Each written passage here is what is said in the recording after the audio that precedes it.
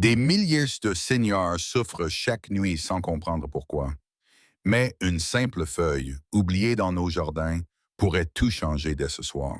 Vous avez peut-être remarqué qu'avec l'âge, malgré vos efforts pour manger équilibré, réduire le sucre, marcher tous les jours ou même suivre des régimes stricts, votre glycémie reste trop élevée, votre ventre ne dégonfle pas, le cholestérol grimpe et votre tension artérielle devient un sujet de préoccupation permanent.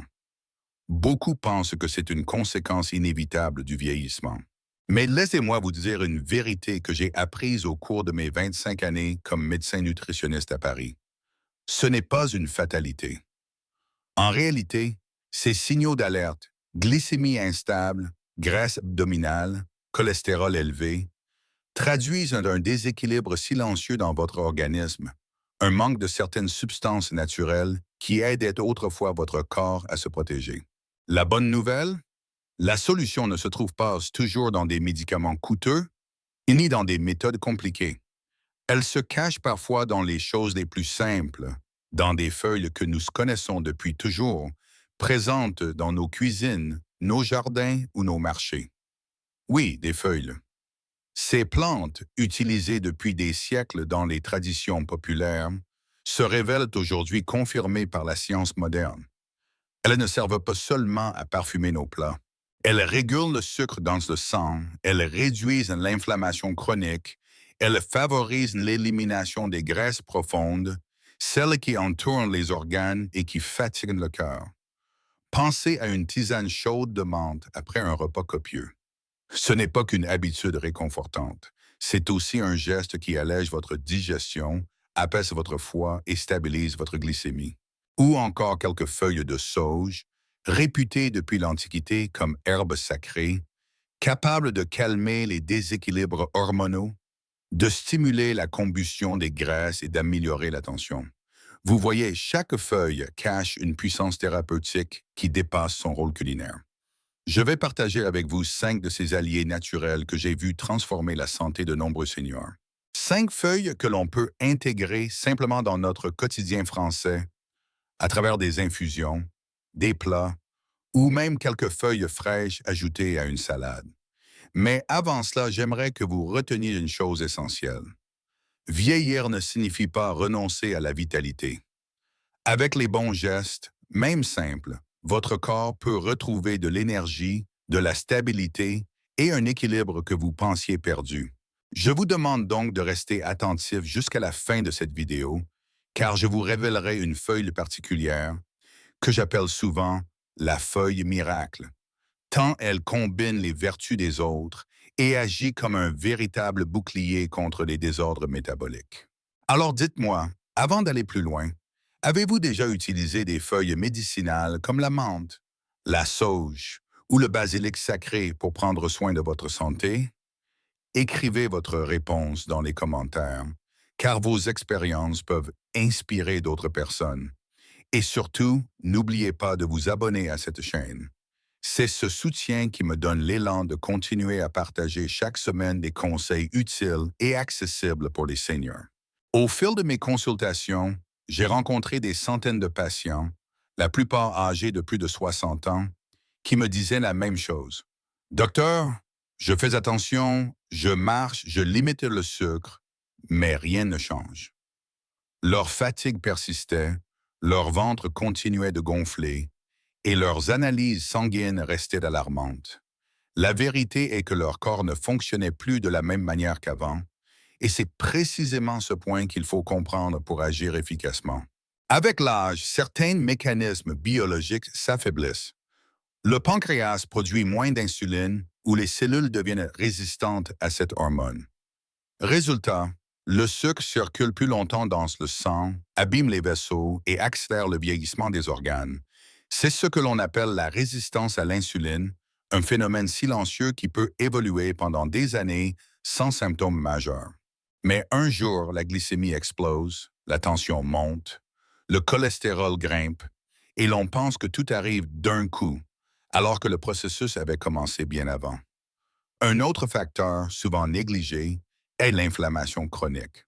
Contrairement à une infection visible, Cette inflammation est discrète, diffuse, et pourtant elle enflamme les tissus, fragilise les artères et empêche le foie de bien métaboliser les graisses. Beaucoup de seniors vivent ainsi avec une fatigue permanente, une digestion lente, une impression de lourdeur qu'ils attribuent simplement à l'âge, mais qui est en réalité un signal d'alarme. J'ai aussi observé combien l'hygiène de vie moderne, même en France, aggrave ce cercle vicieux. Trop de sel, de sucre caché, de plats industriels. Des repas pris rapidement, sans mastication, souvent accompagnés de boissons gazeuses ou alcoolisées. Ajoutez à cela le stress, le manque de sommeil, et vous obtenez une équation parfaite pour que la glycémie s'emballe et que la graisse abdominale s'installe. Ce qui est encore plus troublant, c'est que beaucoup de personnes se résignent. Elles pensent que c'est normal d'avoir un ventre rond à 70 ans, de prendre des comprimés à vie pour le cholestérol ou la tension, de perdre leur énergie. Mais je leur répète toujours, ce n'est pas une fatalité. Si l'on comprend bien le mécanisme, on peut agir. La clé est de donner à notre corps ce qu'il attend pour retrouver son équilibre. Et c'est ici que la nature intervient. Car dans les plantes, et en particulier dans certaines feuilles que l'on connaît depuis toujours, se trouvent des molécules qui ciblent précisément ces déséquilibres. Certaines aident les cellules à redevenir sensibles à l'insuline. D'autres calment l'inflammation silencieuse qui ronge les artères. D'autres encore stimulent le foie pour brûler la graisse viscérale, cette graisse la plus dangereuse qui enrobe nos organes. Ce ne sont pas des miracles, mais des appuis naturels que notre corps reconnaît et utilise avec efficacité. Comprendre le problème, c'est accepter que les médicaments seuls ne suffisent pas. Ils contrôlent, ils stabilisent parfois, mais ils n'éliminent pas les causes profondes. Pour inverser la tendance, il faut agir à la racine, et c'est exactement ce que permettent ces feuilles. Une action douce, quotidienne, cumulative, qui redonne au corps ses capacités perdues. Alors, avant de vous présenter ces alliés précieuses, je veux que vous reteniez ceci. Votre santé n'est pas une simple question de destin ou de génétique. Elle est le reflet de vos choix, de vos habitudes et de la manière dont vous nourrissez votre organisme. Et si aujourd'hui vous décidez de lui offrir les bons outils, même après des années de déséquilibre, il est encore temps de rétablir l'harmonie. Lorsque j'ai commencé à explorer les solutions naturelles, beaucoup de mes collègues restaient sceptiques. Mais avec le temps, et surtout grâce à mes patients, j'ai vu des résultats qui m'ont convaincu. Aujourd'hui, je veux partager avec vous 5 feuilles, simples et accessibles, qui peuvent transformer la santé métabolique. La première, c'est la menthe poivrée. En France, nous la connaissons bien dans les infusions, après un repas copieux. Mais peu de gens imaginent à quel point elle aide à stabiliser la glycémie et à soulager le foie. Ces huiles essentielles stimulent la digestion, réduisent les ballonnements et facilitent la dégradation des graisses. Certains de mes patients, simplement en ajoutant une tasse de tisane de menthe chaque soir, m'ont confié avoir retrouvé un ventre plus léger et une meilleure clarté d'esprit. La deuxième, c'est la sauge. Dans nos traditions culinaires, on l'utilise avec les viandes blanches, mais elle a un pouvoir médicinal bien plus large. La sauge agit directement sur la sensibilité à l'insuline. Elle aide les cellules à mieux absorber le glucose, évitant ainsi les pics de sucre responsables de la fatigue et de la prise de poids abdominale. De plus, son action anti-inflammatoire apaise les tissus et protège le système cardiovasculaire. J'aime dire à mes patients que boire une infusion de sauge, c'est comme offrir à leurs artères un moment de repos. Vint ensuite le basilic sacré, qu'on appelle parfois tulsi, dans d'autres cultures, mais que nous retrouvons aussi en Europe sous des variétés proches. Cette feuille a la capacité étonnante de calmer le système nerveux et de réduire le stress, un facteur majeur de dérèglement métabolique. En diminuant le cortisol, l'hormone du stress, le basilic aide indirectement à stabiliser la glycémie et à limiter le stockage de graisse. Ceux qui en consomment régulièrement témoignent d'un meilleur sommeil et d'une humeur plus stable. La quatrième feuille est le persil, que nous mettons souvent de côté comme simple garniture.